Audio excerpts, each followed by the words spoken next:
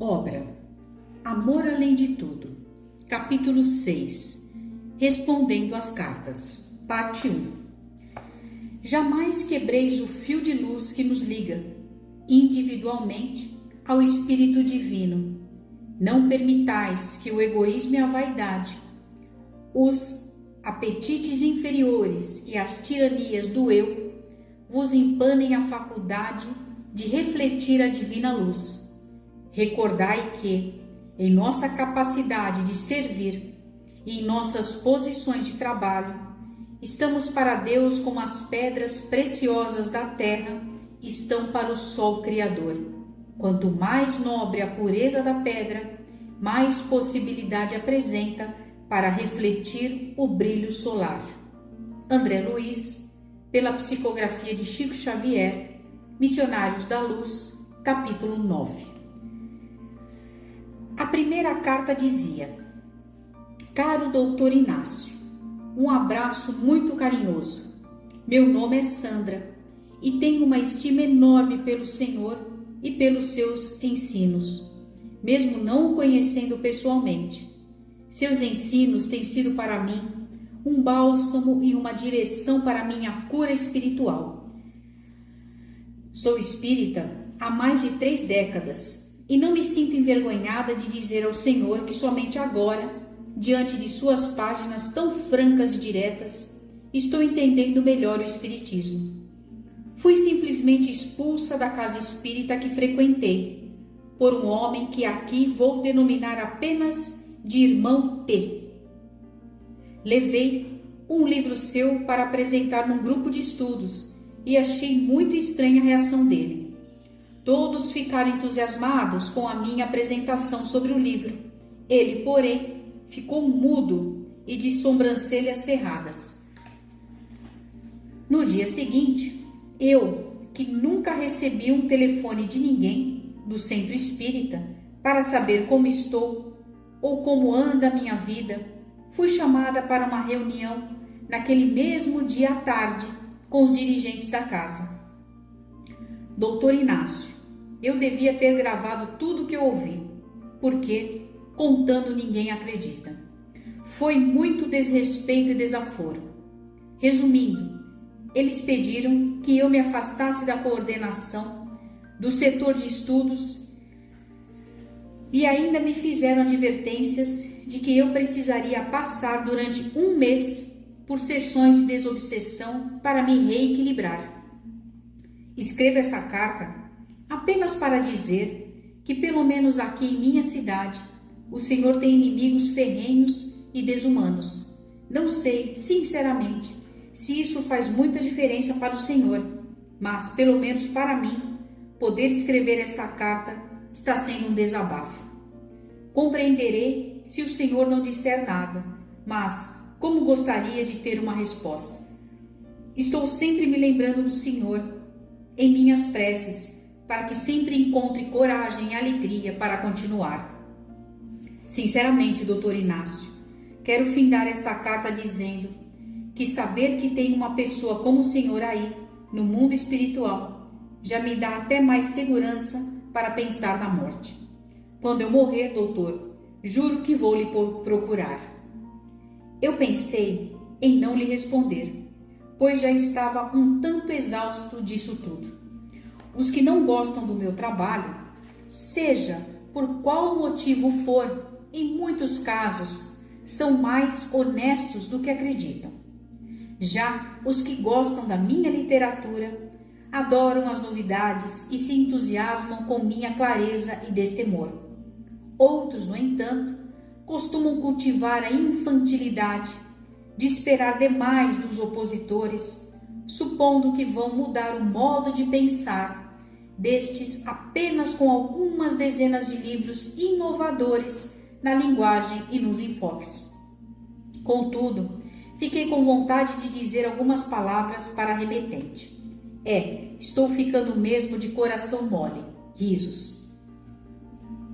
Sandra, é com muita alegria que recebo a sua carta.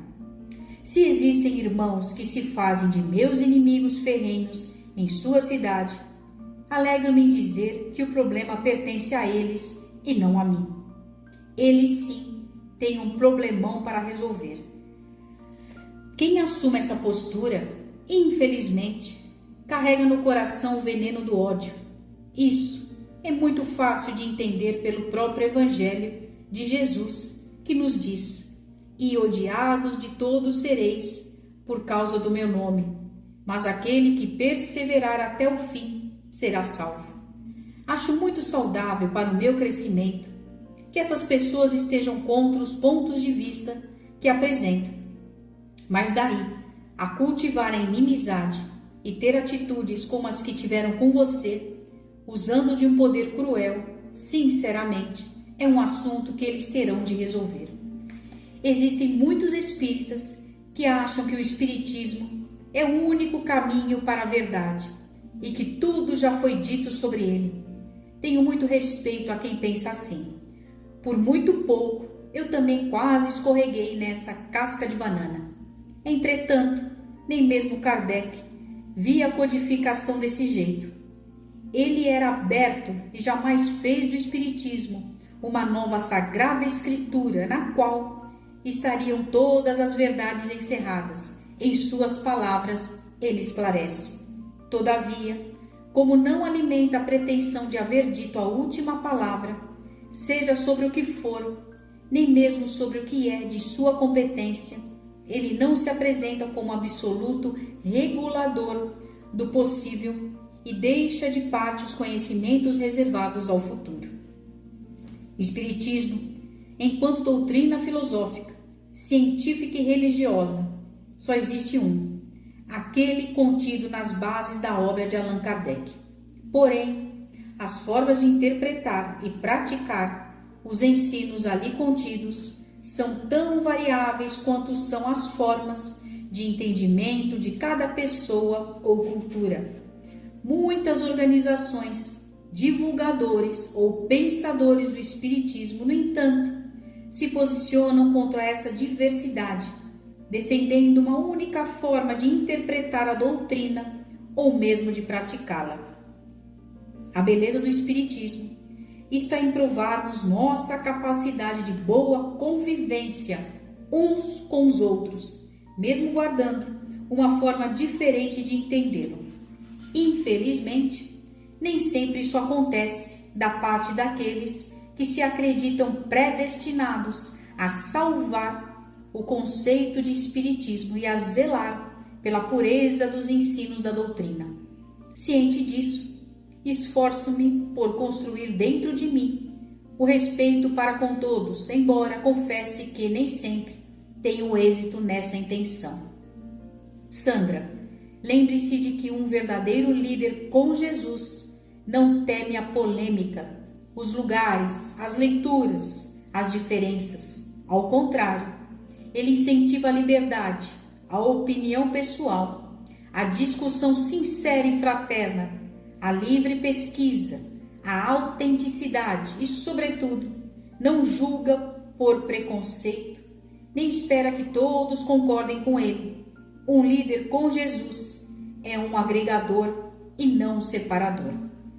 A base do espiritismo é uma só: Jesus e Kardec, indiscutível e respeitável. Quanto à forma de entender, me perdoe os engessados, mas o mundo é dos diversos.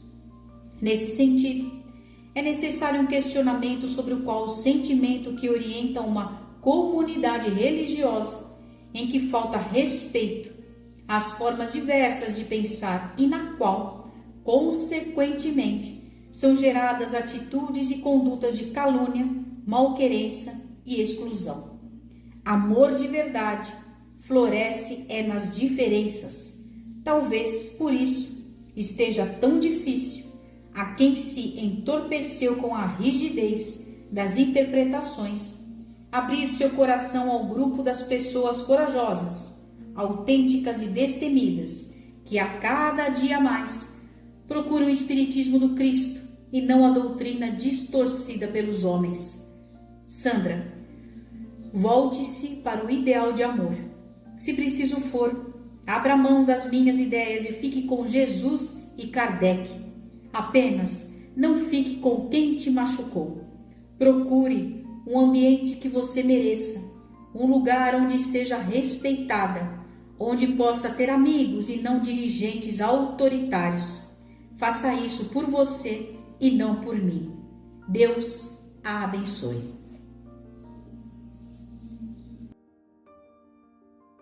Outra carta me foi endereçada de um estado da região sul e dizia o seguinte: Doutor Inácio, bom dia. Eu prefiro não me identificar, por isso, o nome com o qual assinei essa carta é fictício.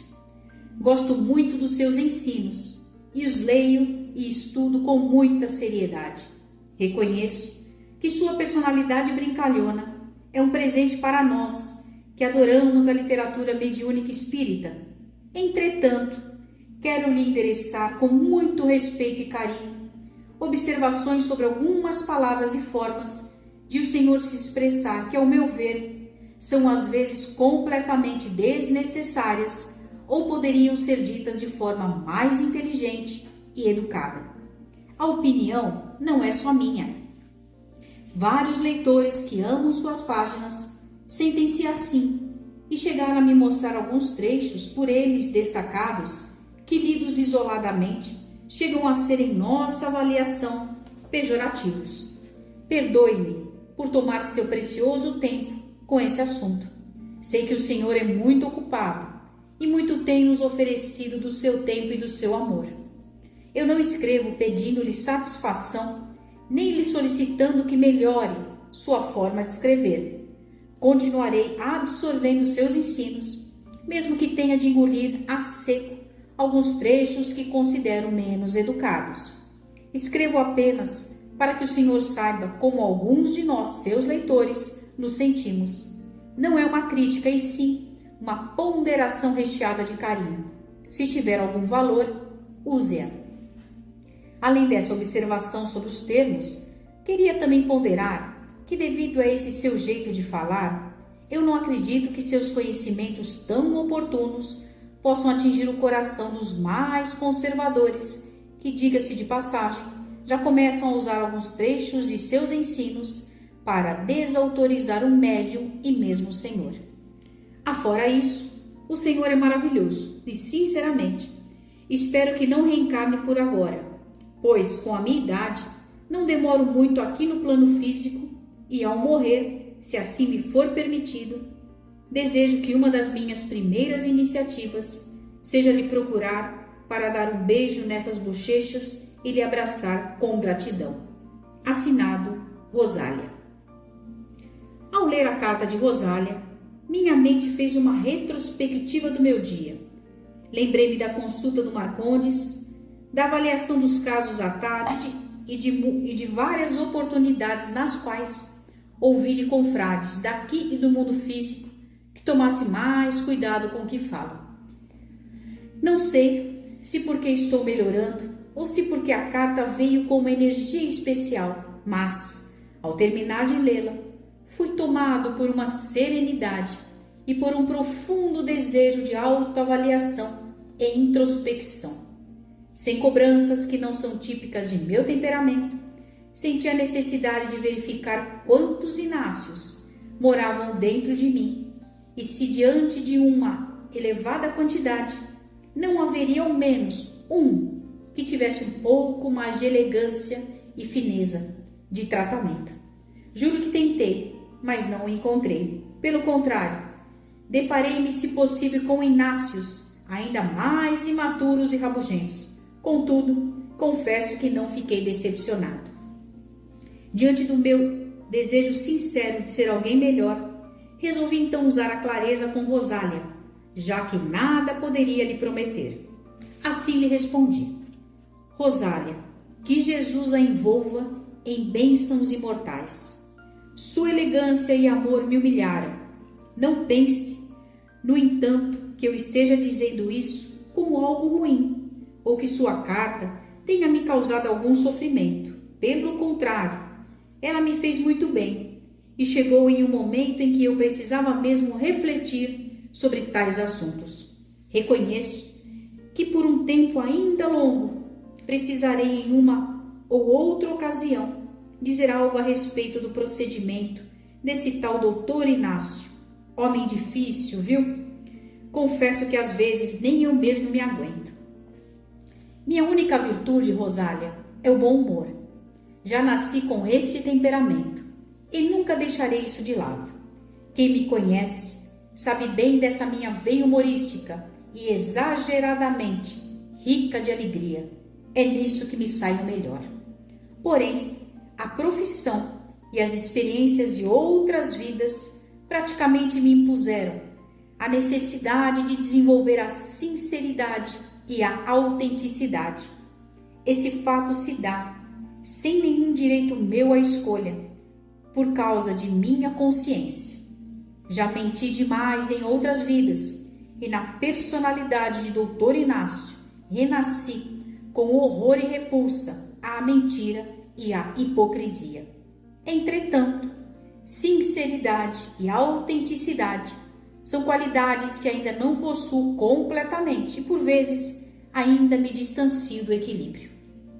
O que você disse sobre mim é verdade e deve começar em mim mesmo a reavaliação dessa conduta verbal que mistura o mineiro matuto com um doutor impaciente e abusado.